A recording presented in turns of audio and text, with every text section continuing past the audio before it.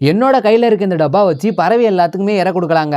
வெயில் காலம் வந்துருச்சு, அதனால சின்ன சின்ன குருவிக்கெல்லாம் இறை இல்லாமல் போயிடும். அதுக்காக நான் என்ன பண்ணேன்னா, ஆன்லைனில் இந்த 2 டப்பாவை ஆர்டர் பண்ணி வாங்கினேங்க. இந்த டப்பாவில் குச்சி மாதிரி இருக்குது பார்த்தீங்களா, அந்த குச்சியில் உட்காந்துக்கிட்டு தான் பறவையெல்லாம் இறைய கொத்தி கொத்தி அழகாக சாப்பிடும். வேறு என்ன இதுக்குள்ளே கொடுத்துருந்தாங்கன்னா 2 விதமான தட்டு கொடுத்துருந்தாங்க. இந்த தட்டு எதுக்குன்னு பார்த்தீங்கன்னா, நம்ம இந்த மாதிரி ஃபிட் பண்ணிட்டோம்னா வச்சுக்கோங்களேன், கீழே இறை சிந்தாமல் இருக்கும். அவங்களே அதுக்கான ஸ்க்ரூவும் கொடுத்துருந்தாங்க.